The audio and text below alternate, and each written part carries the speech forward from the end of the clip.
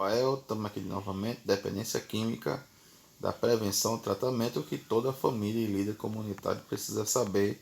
No módulo 2, hoje, continuando, padrões de consumo do primeiro uso, a dependência, aula número 8, níveis de dependência, padrões diagnósticos. Hoje, família, líder, nós vamos apresentar os critérios para poder definir que realmente a pessoa está ali no transtorno por uso de substância através do CID-10 e do DSM-5, né? E também vamos falar aí do embasamento teórico para entender a dependência química e falar um pouquinho também do reforço positivo e do reforço negativo, certo, família? Para que serve um diagnóstico? Olha, é muito simples, né? Esse diagnóstico serve para realmente entender em que nível está, o que está acontecendo para poder tomar as atitudes corretas. E para a questão da dependência química, nós temos sim também o CID-10, né? Que ela está dentro da classificação internacional de doenças, que é muito usado no Brasil. Esse DSM-5 é parecido com o CID-10, só que usado não comumente no Brasil.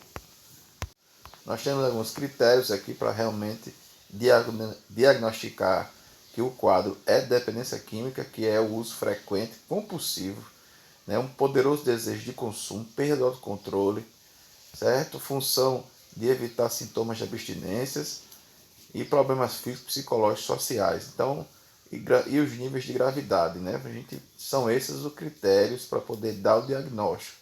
Então, família, você quer entender se seu familiar, né, ou líder, como é que você dá o diagnóstico, mostrar que realmente há um quadro de dependência química, tá aí os critérios. Então tá aqui, certo? 6 critérios, A, B, C, D, E. A pessoa apresentando aí 3 ou mais disso aí, desses critérios, já é uma síndrome de dependência química.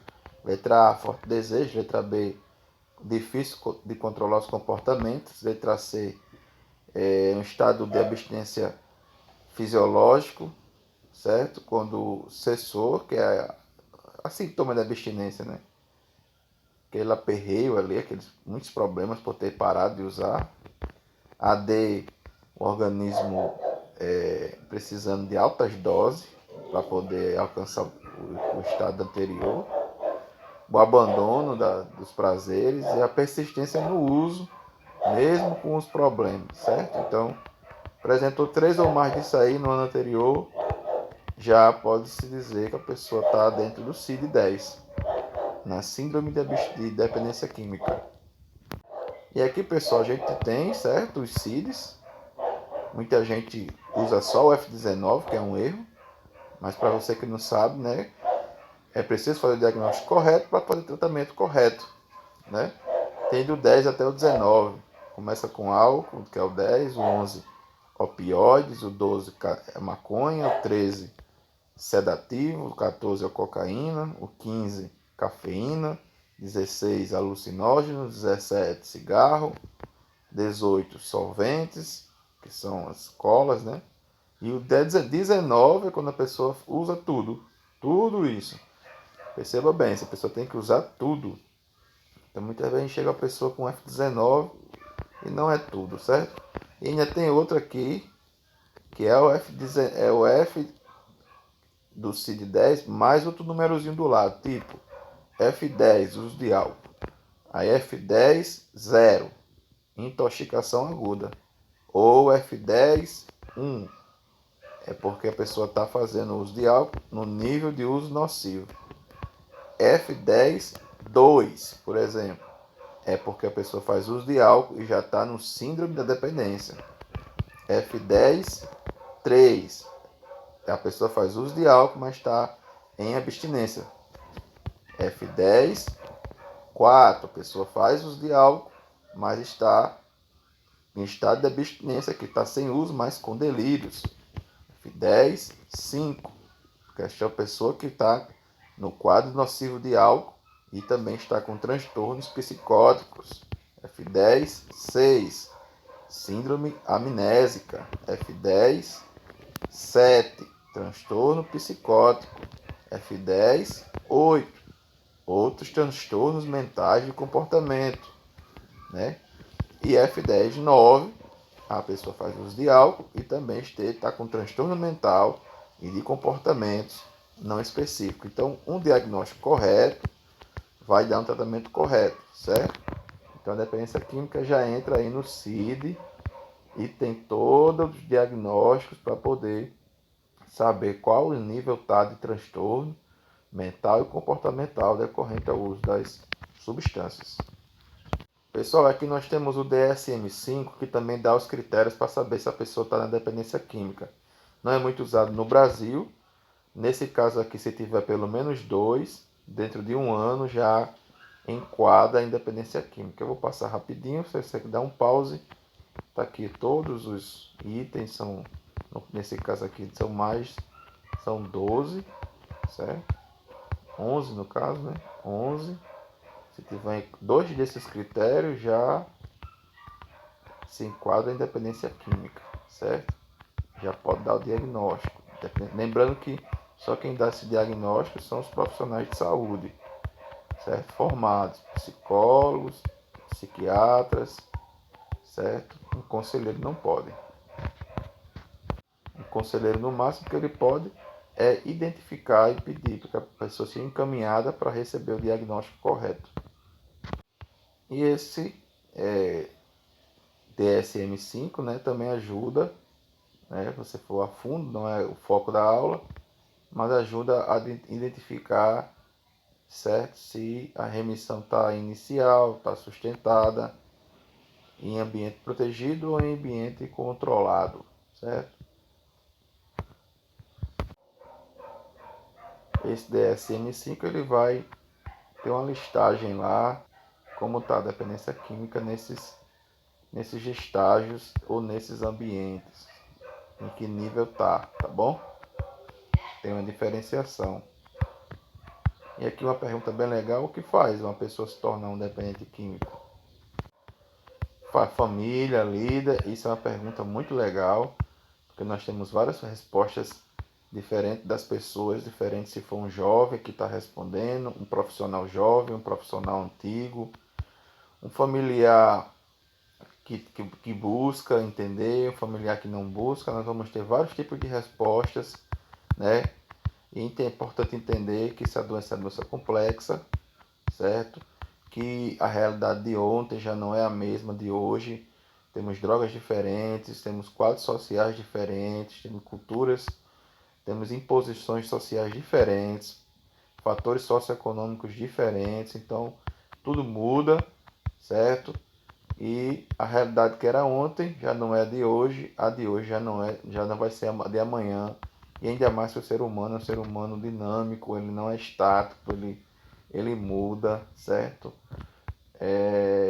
A cabeça do povo de hoje não é a cabeça do povo de um século atrás, isso é bem óbvio.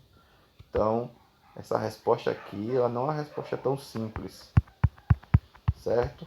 E a gente pode já acabar com essa questão de querer dizer que é questão de índole, tão somente índole, né? Certo? Normalmente, a dependência química é considerada como algo incurável, difícil de tratar, né? Que é uma doença totalmente só psiquiátrica, né? E algumas pessoas acham, como voltei a falar, que não, é só uma questão de índole mesmo, de safadeza, falta de caráter, de moral, né? E aí nós vamos ter, né, família, líder, vários problemas de que identificar a causa desse problema. Por que a pessoa está se tornando, né? E a gente se depara aí com 4 tipos com 3, né, tipos de comportamentos das pessoas familiares e líderes de instituições, para tentar explicar porque a pessoa está se tornando dependente químico, né? Que é a explicação circular, ou então o malabarismo, ou a responsabilizar apenas o indivíduo, né? Sem analisar todo o contexto. Na explicação circular, a pessoa vai dizer, ele é um dependente químico, todo dependente químico faz uso de substância, e fica nessa explicação circular e não se chega a uma compreensão. E nós precisamos entender que todo comportamento tem uma função, certo? Já nunca existe comportamento no vazio, no vácuo. Não tem comportamento sem motivo, né? A gente tem que tentar entender. Todo comportamento tem um porquê. Ele existe um porquê, um para quê. Tem uma função. E é essa análise individual, né? A dependência química ela tem que ser vista de forma individual, né? Entender por que esses comportamentos. E aí você vai conseguir chegar no diagnóstico legal, correto. Os comportamentos, eles têm três níveis, né? O filogenético, o ontogenético e o cultural. O filo é questão de DNA, né? Que pode ser herdado. O ontogenético é a questão do indivíduo, né? São particularidades do indivíduo e fatores culturais que geram comportamentos, né? A cultura ela influencia, claro. E se a gente não parar para compreender esses três níveis, a gente não vai saber o que causou a dependência na pessoa. Para fazer uma análise de comportamento, vendo todo o contexto, é preciso ver o que foi que antecedeu, né? É preciso ver qual foi a resposta para esse antecedente e aí avaliar as consequências e ver que consequências levou. Essa é a análise do comportamento, não só olhar isoladamente esses fatores, mas os três unidos, né? O que está acontecendo antes, como está sendo essa resposta em relação a isso e as consequências que estão gerando em relação a esse tipo de comportamentos que vem desse contexto. Pode ver dessa forma linear ou pode ver dessa forma triangular, que é o ciclo chamado de tríplice contingência, né? Você fazer aí uma intervenção, né?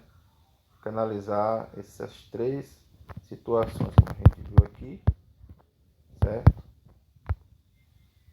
Avaliar a questão fisiológica, individual, social, cultural e fazer uma análise geral desse comportamento em todo o contexto. Senão a gente não vai conseguir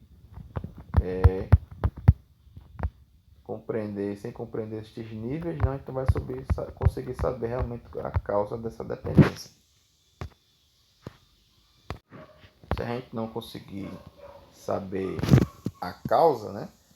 Miguel e Maia, né, em 2013, aí vão dizer que o uso abusivo das substâncias, né, ele é mantido tanto pelo reforço, características reforçadoras da substância, né, poder dela, mas também associada a outros reforços do ambiente, né, e também pela falta de alternativas que venham ser usadas para poder parar o consumo, né?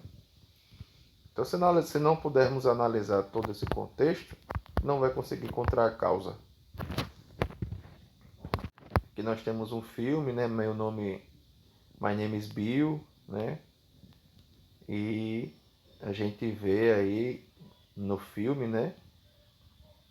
Bill falando aí da questão da característica da substância que fazia ele.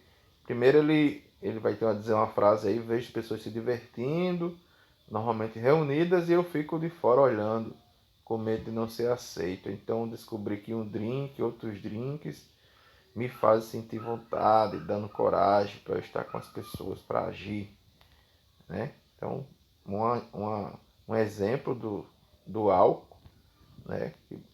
O ator aí vai dizer que se sentia inibido e no álcool encontrava aí reforço para ele criar coragem, né? Olha aí a causa, né? A causa dessa pessoa ter desenvolvido um uso nocivo ou um quadro de dependência química, né?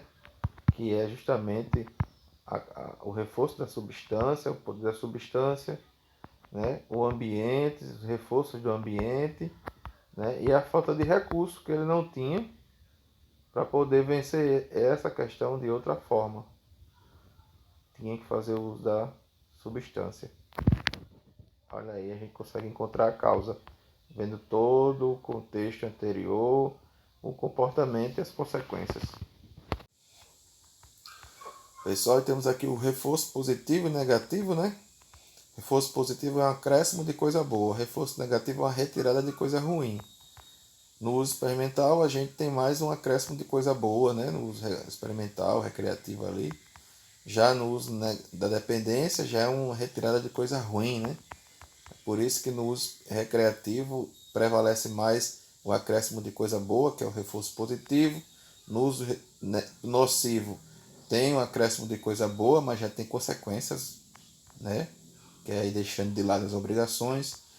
E aí desse uso nocivo vira um uso abusivo que vai virar dependência, porque o uso abusivo já vai ter muita consequência ruim, né? Menos acréscimo de coisa boa e um início de coisa ruim aí, né? Passando para fuga. E na dependência química já a pessoa já está controlada só por retirada de coisas ruins, que é aliviar a abstinência e para fuga e só consequência negativa. Então finalizamos aqui o módulo 2. Vamos para o módulo 3 para entender agora as prevenções, certo? Primárias, secundárias e terciárias. Módulo 3.